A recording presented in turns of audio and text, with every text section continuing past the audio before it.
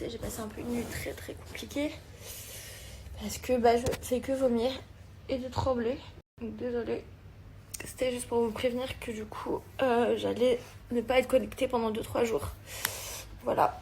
Donc je pense pas que je serai connectée. Donc voir ce que j'ai et avoir le traitement nécessaire.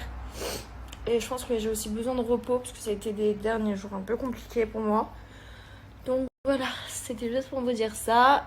Parce que voilà, parfois t'as trop de fatigue, trop de choses accumulées et tout. Et moi je passe ma nuit à vomir et tout. Donc ça doit faire un mois, un peu plus d'un mois que j'ai trop envie de vous en parler. Et je peux pas parce que je veux garder la surprise et que j'attends de l'avoir avec moi et tout. Mais j'ai trop envie. Et je vous jure, je reçois des colis pour lui tous les jours parce que voilà, c'est un animal spécial. Du coup, il a besoin d'un traitement spécial. Et j'ai trop envie de vous montrer parce que je reçois des trucs quand même, c'est des trucs de ouf. Regardez, là, il y a plein de colis. Il y en a plein, c'est à lui. C'est chaud. Bon, ce qui s'est passé, c'est qu'il a la meilleure mère du monde. Et que ça va être le petit animal le plus heureux de la Terre. Et qui va m'aimer de ouf. Mais voilà, je vais l'avoir tout petit. Voilà, je peux vous dire que c'est un mammifère déjà, c'est pas un reptile. Et je vais devoir le nourrir au biberon. Au début, un petit peu biberon, un petit peu nourriture. Oh là là.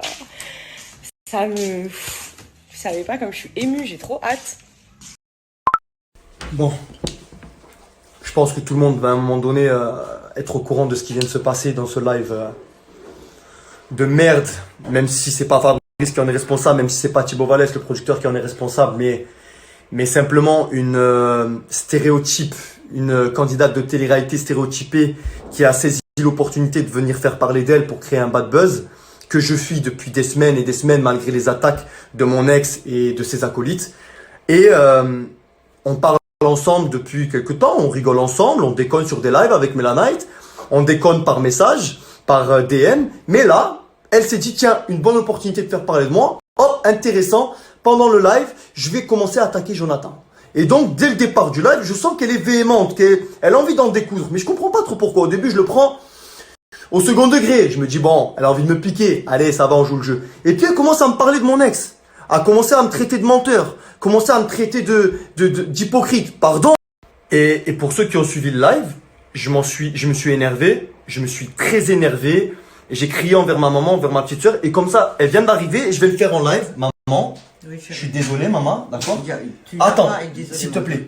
Pour que vous compreniez bien pourquoi depuis des semaines je réagis pas. Parce que ma mère, elle a la boule au ventre. Parce que ma soeur, elle a la haine dans le ventre. Parce qu'elle veut réagir. Parce que tout le monde veut parler. Tout le monde veut dire la vérité. Mais on le fait pas parce qu'on cherche pas ce bad buzz de merde, ok? Qu'on s'entende bien. Donc maman, je le dis. Je le redis une dernière fois, comme ça les gens comprennent. S'il te plaît, quand je me prends la tête, quand il y a des choses qui arrivent, je veux pas que tu sois au milieu, parce que ça me met encore plus mal. J'ai l'impression de devoir te défendre, de te protéger de ce qui se passe, de ce qui se dit. Donc ça me met encore plus en difficulté. Donc s'il te plaît, laisse-moi gérer ça, s'il te plaît, ma. Et c'est pour ça que j'ai pété un plomb. Donc maintenant, Melanite, t'as voulu jouer, t'as voulu faire un bad buzz de merde, mais ce que t'as oublié, c'est qu'on n'est pas en tournage, ma grande. Ah là, on est chez moi. On est dans ma maison, il y a ma mère, il y a ma soeur, et je t'autorise en aucun cas à venir faire autant de mal dans mon... Chez moi. T'as vu, chez moi, c'est le ramadan en plus. C'est l'heure de manger. T'as pas menti. Vas-y. C'est l'heure de manger. Je suis quand même malade. Je te le dis. T'as voulu m'utiliser pour faire parler. Bravo. T'as eu ce que tu voulais. Maintenant, qu'on soit bien clair. Qu'on soit bien clair. Très clair et précis. Je ne parlerai pas de mon ex-relation, des accusations et de tout ce qu'il y a eu. Sinon, je l'aurais fait de plus belle lurette. J'ai vu toutes les accusations. Je m'en suis déjà prononcé 1000 fois. Tout le monde le sait. J'ai dit, j'ai vu, arrêtez de m'envoyer.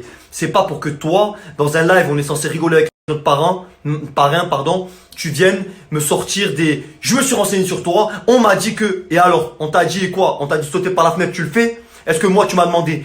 Est-ce que tu es au courant? Est-ce que tu étais là? Mais alors t'es qui toi pour parler? T'es qui toi pour savoir ce qui s'est passé réellement? Si c'est pas les paroles de personnes blessées ou qui me veulent du mal, qu'est-ce que t'en sais? Donc c'est soit t'es cupide, tu cherches le bad buzz de merde, tu veux faire parler, ou alors t'es juste teubé.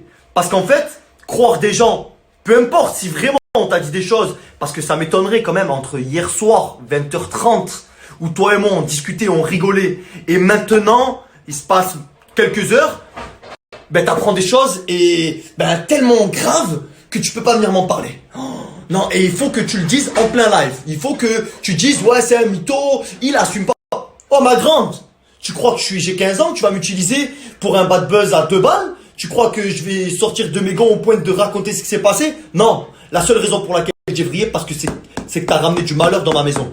On aurait été en tournage dehors, sur les réseaux, fais ce que tu veux ma grande. Mais là il y avait ma mère et ma soeur derrière. Et ça je l'accepte pas. T'as pas le droit de faire ça. T'as pas le droit de manquer de respect aux gens qui comptent le plus pour moi. T'aurais dû la fermer, venir me parler en privé, ou après parler sur tes réseaux, faire ta live. Mais quand il y avait ma mère et ma soeur derrière moi, t'as pas le droit. Sur ma vie, il est l'heure de manger. J'ai attendu cette heure-ci pendant toute la journée comme un fou. Et là, j'ai même plus faim. Sur ma vie, j'ai même plus faim, même plus soif. Je suis comme ça. Mais j'avais oublié comment était ce monde. J'aurais dû me méfier, j'aurais dû être moins naïf. Ah maman, ce qu'ils sont prêts à faire et à faire pour putain. Ma foi, c'est sûrement parce que ils sont en manque de tournage, en manque de demandes. Ils doivent être mal, ils doivent se sentir mal à l'idée que on les appelle pas. Donc ils se disent on va essayer de faire parler un peu, créer un petit engouement, quelque chose de sympa. Mes potos, comme vous le savez, je me suis embrouillée avec Mathias et je vais répondre à son snap. Franchement, je suis choquée que la vérité te rende aussi agressif. Oh là là, quand tu faisais le patron sur les anges, t'étais pas comme ça. Pourquoi? Parce qu'il y avait Sarah pour,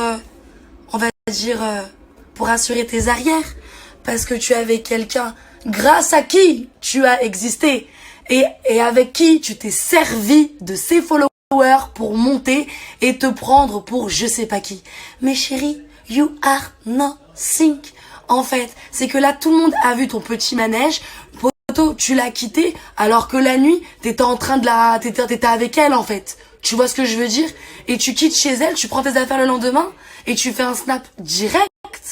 Mais mon frère, et après tu veux donner des leçons de morale et faire genre t'es un mec bien? Eh ben non, chérie, non. Et oui, tu es un mec petit, c'est pas vrai, t'assumes pas.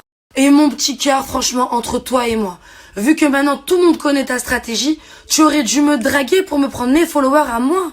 T'aurais pas dû m'insulter ni m'embrouiller. Franchement, c'est pas comme ça que quelqu'un devrait parler à une femme, surtout quand il a un intérêt derrière. Donc là, mon petit cœur, le buzz, ça s'adresse qu'à toi, en fait. Tu parles de karma, mais là, le karma, il se retourne contre toi. Tu as fait du mal à ma copine, donc je ne vais pas faire semblant de t'adorer, de t'aimer, alors que ma copine était en train de pleurer. Numéro 1. Numéro 2.